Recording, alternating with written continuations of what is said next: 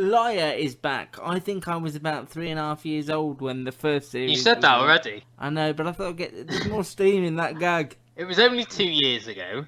No, it was 3 years. 3 years ago. 2.5. The first series was definitely written by the Williams brothers. Memorably, the time when they had 2 shows on at the same time, if you remember. On the same night. Relic was on the same time. This was definitely the one that sort of generated more buzz. People were talking about it. It was more of a sort of a whodunit. It starred Joanne Froggatt as Laura Nielsen, a secondary school teacher who goes on a date with Andrew Earlham, who was a charismatic surgeon. His son was in her class. Did her sister work with him as well? Do I remember that correctly? Yes, she was a nurse or an anaesthetist or one. Yeah. She worked with him, so they had sort of these connections. They go on a date together, and then the morning after, she accuses him of raping her, and it's sort of a bit of a he said she said for a couple of episodes, and then it turned into a he definitely did it. Luke didn't like when it started to turn. It went bonkers, didn't it? Yeah, you're right. It went more and more bonkers. They tried to sort of do a sting operation, didn't they, with Laura Aikman? Yeah, I forgot all about that. So it ended with the police finally discovering that he taped all these rapes and all the tapes in a shed in his mum's back garden. And the final shot was of him dead in the water. I was going to say his neck slashed. Does that sound right? Not really. You failed police school. I forgot you did go. Throat slash. Throat slit. Throat slit. And we learn in this second series that happened 3 weeks after his arrest. Not to break the fourth wall again, but was all that from your memory? Yes. That's quite incredible. They do a recap at the very start of this first episode of Series 2, and I think your summary there is better than the recap. I really had no memory of this, really. I thought, like you say, those first 3 where it was, is this woman making this up? Is she going to take this man down? Is he really a villain? I thought all that was so interesting, and then it went bonkers. Yeah. And from then on, I had no real memory.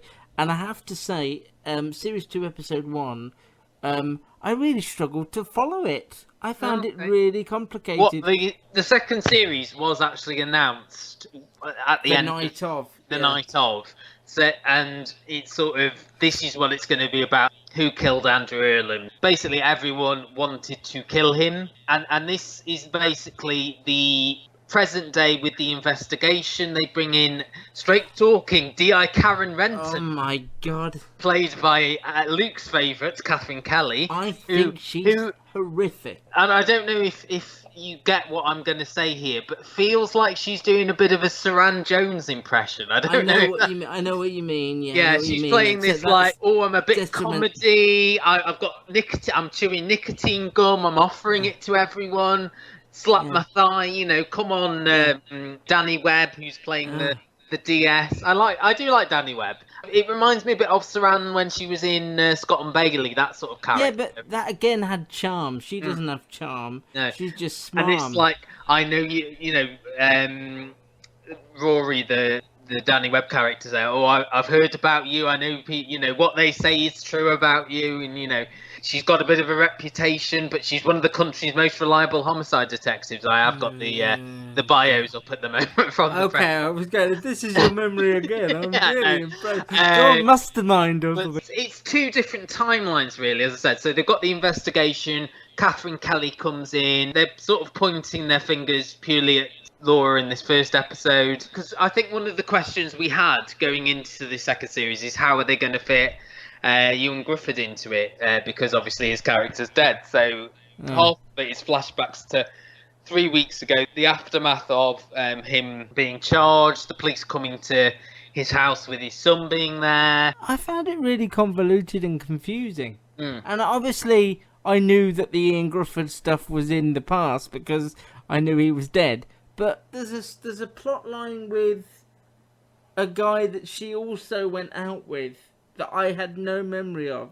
There's a guy and his girlfriend that feels like they're in a different show. Is that a new character? She was in Amy something. Amy Nuttall.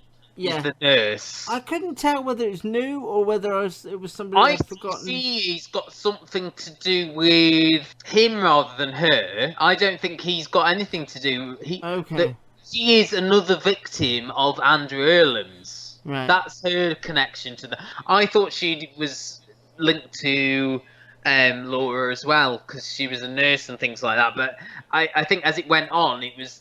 I'm also linked to Andrew Earlam in some way. This is a new wrinkle to the story that we didn't have in series 1, and that was the confusing thing, that they didn't really sort of play into that. You struggled, did you? I did struggle, and I was surprised how much I struggled. I mean, the bigger issue here is this series didn't need to happen. We have to put that to one side. Ryan could have finished. Again, try and be that person who's finished work and comes home and wants to watch the second series of a thing they quite enjoyed the first time round. But my issue is, does anyone really care who killed the rapist?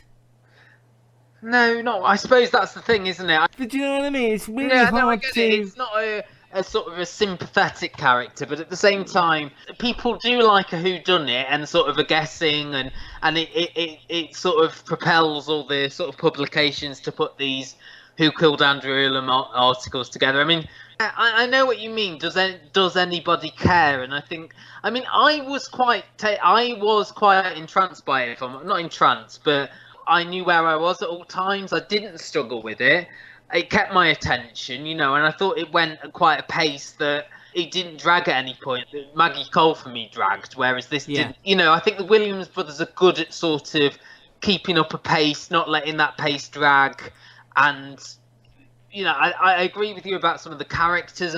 Catherine Kelly was a bit much. She's ridiculous. I don't think you needed maybe a new character. I think if Danny Webb had taken the investigation on his own, I think that may have worked better. I don't think it needed that. But generally, Joanne Froggatt is great at playing these sort of, harassed female characters. And I think that works. I think having her being the main suspect early on allows them to sort of plow through that and then get to other bits, because the trailer again had her going, I didn't kill Andrew Earlam, and Catherine Kelly saying, well, let's find out who did then. But I get your point in that, do we care? But I think everyone likes a good sort of mystery. I think this will be one. It was that interesting of a mystery, really. Because there's not that many suspects, really, is that? I won't be watching to see who killed Andrew Earlam. I'll probably, if the Radio Times reveals who it is, I might have a look.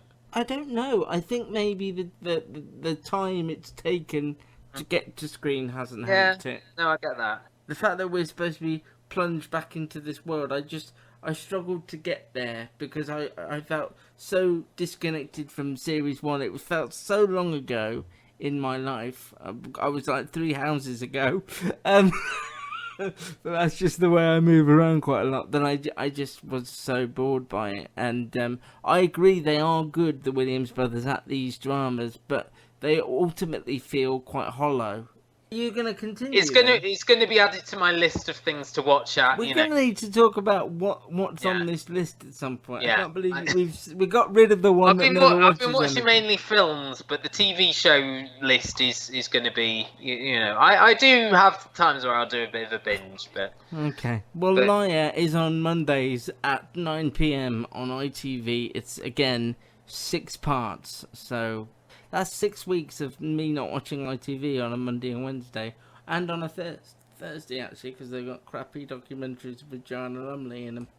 So I'm not going to be watching them either. I just think that channel needs help, and I'd love to be the one to help it. It's interesting that the drama commissioner Polly Hill, she previously commissioned drama for BBC, and she wasn't there very long, but it just shows you that ITV have got a real remit of the kind of. They seem to be going more cosy, don't they? That seems to be their... You see, the thing is, when you meet these commissioners at Edinburgh, Ben Frow at Channel 5 is very upfront about, we have got this specific audience. Yeah. They're sort of working class, sort of northern demographic, and that's why we put on all these sort of documentaries and things like that, and we have got a very limited budget. Whereas ITV will go, yeah, we're doing really well in all demographics. We've got Love Island and things like that. The soaps do really well. But I don't think they try, other than sort of the ITV2 stuff, they are all pitched at a certain age, aren't they? All of the main channels have got a sort of average age of around sort of 50 to 60. And I think at least the BBC do try to put some varied dramas on, but certainly ITV at the moment, it is all much of a muchness. Liar on ITV Monday nights from 9 o'clock.